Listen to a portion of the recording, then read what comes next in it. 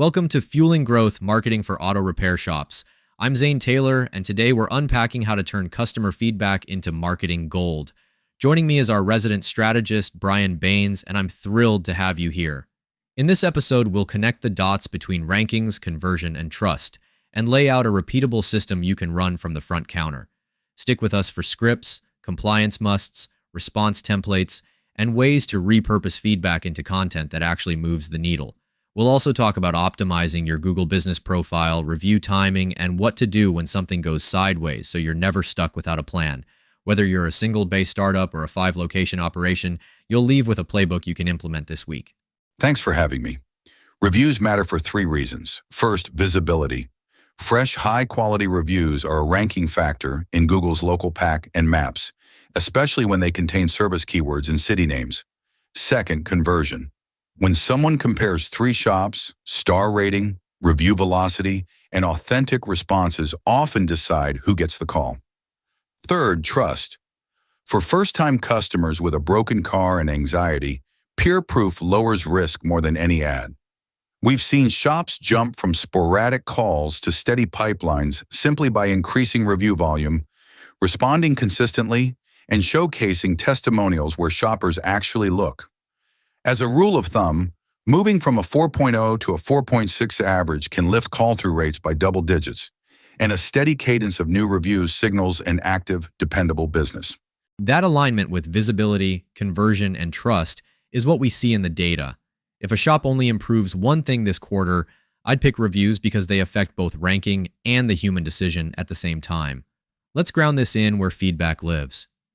Google Business Profile is the engine most owners feel and the place we should send the majority of requests. But customers talk everywhere. Walk us through the priority stack across platforms and the landmines so a shop owner knows where to focus first and what to avoid. We'll be specific about how to allocate effort so you're not chasing every platform at once, and we'll flag the policy gotchas that can undo momentum. Start with Google Business Profile because it influences maps, branded searches, and call buttons. After Google, focus on Facebook for community reach and retargeting fuel. Nextdoor for neighborhood trust, RepairPal and Canada if you participate in those programs, BBB if your market values it, and approach Yelp carefully. Yelp forbids asking for reviews, and their filter buries a lot of feedback. So the safe phrasing is, find us on Yelp, nothing more. Aim for platform diversity, but send 70–80% of requests to Google. Use location-specific links so each shop builds its own reputation footprint. Nextdoor works well for hyperlocal recommendations. Encourage customers to mark you as a favorite. On RepairPal and Edoria, profiles with recent reviews and complete service listings see higher referral quality. Wherever you show up, claim the profile, add photos, hours, services, and messaging. That split mirrors what we recommend. Diversify for credibility, but feed the channel that drives discovery. Now, let's operationalize this. The difference between hoping for reviews and getting them is a simple, repeatable system tied to vehicle pickup.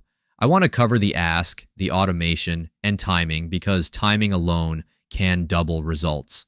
Describe a flow that a service advisor can run without friction, from the face-to-face handoff to the SMS and email follow-ups to QR codes on counters and invoices, so a shop can launch this in a single week. And let's make it stupid easy for the customer. One-tap Google links, short URLs that are readable over the phone, and QR codes that actually work on older devices. Make the ask part of checkout. After reviewing the work and next steps, say, if everything looks good, may I text you a quick link to share feedback? Get permission, confirm the best number, and send the SMS immediately from your platform. Automation matters. Trigger the initial request within 1 to 4 hours of pickup, add one friendly reminder at 2 to 3 days, and a short check-in at 2 weeks. Mirror with email for customers who prefer it. Place QR codes on the counter, thank you cards, and printed invoices, all pointing to your one-tap Google link. Use a short branded URL and include a one-line instruction. Tap reviews, then write a review. Before launching, optimize your Google Business Profile. Accurate categories, services filled in, hours including holidays, messaging enabled, fresh photos, and a concise, benefit-driven description. A clean profile converts more of the traffic your reviews attract. The permission-first approach is key, and I love how the cadence respects the customer's time. Let's give folks exact wording so it becomes muscle memory. When it's scripted, you can train it, inspect it, and improve it. Also, tying this to the checkout SOP ensures it runs even on busy days. We've seen response rates jump when advisors use consistent phrasing and close with gratitude. It also creates a teachable moment if something wasn't perfect, because the advisor can resolve it before the request goes out. Could you share a concise script for the in-person ask, the initial text, and the reminder, plus any phrasing that boosts replies without sounding pushy? In person, how did everything go today? Listen, address concerns, then, great, could I text you our Google review link? Your feedback helps neighbors find a shop they can trust. Initial SMS, thanks for choosing us today. If we earned your review, here's the quick link. Short URL. It takes 60 seconds and means a lot to our team. Reminder at day 3. Just checking in. Any questions on the service? If you'd like to share feedback, here's the link again. Short URL. Either way, thank you for your business and trust. Keep it warm, brief, and clear. Optional in-person close. If a photo helps your review, feel free to include one. Folks love seeing real shop experiences. If a tech is named, you can add, I'll pass this to our technician. They'll appreciate it. That framing centers the customer and invites honest feedback, which is what platforms reward. Before anyone hits the gas, we have to talk compliance because shortcuts can get accounts penalized. Incentives, gating, and certain requests are off limits, and disclosures matter when there's a relationship. We should also touch on privacy, no sharing personal details in replies, and limit internal access to review tools to appropriate staff. Can you outline the guardrails every shop should follow so they stay in bounds while still maximizing results? 3 essentials. 1. No incentives for reviews, no discounts, gift cards, or raffles. Most platforms and the FTC consider that misleading. 2. No review gating. Don't screen for happy customers or send different links based on sentiment. Invite everyone and learn from the feedback. 3. Disclose material relationships. If a vendor, employee, or family member posts, say so. Specific to Yelp, don't ask for reviews, ever. You may say, find us on Yelp, but direct asks and links can trigger filters. Keep everything transparent, ask for honest feedback, and you'll build durable credibility. Review your process against the FTC endorsement guides annually and train staff. Avoid cherry-picking logos or review snippets in ads without context. Link to the source and date to prevent misleading impressions. Clear, simple, and sustainable. Now let's move to responses, because replies aren't just polite, they are marketing copy and quality signals. On the positive side, you can reinforce what you want more customers to notice. On the negative side, a calm, helpful reply can win back the reviewer and reassure hundreds of silent readers. Walk through a framework for responding to positive reviews, handling genuine complaints, and dealing with fakes or unfair hits, including when and how to escalate with Google. And let's set expectations on speed. A same-day response signals attentiveness. Within 24 hours should be your SLA, with weekend coverage if calls rely on weekend shopping. For positives, thank them by name if shown. Reference specifics, brake job and shuttle ride. Mention the shop name once, highlight one convenience or specialty, and invite them back. Example, thanks for the kind words about your brake service and the shuttle. The shop name team appreciates you. For negatives, acknowledge, apologize for the experience, invite them to call or DM to resolve, and actually fix the issue. After resolution, courteously ask if they'd consider updating the review. For fakes, document facts, flag the review, respond calmly with general facts, avoid PII, and escalate through Google support. Sample negative reply, we're sorry your oil leak returned. That's not our standard. Please call and ask for the service manager so we can make this right. For fakes, we don't have a record matching this name and vehicle. Contact the shop so we can investigate. I like that the reply itself sells without sounding salesy.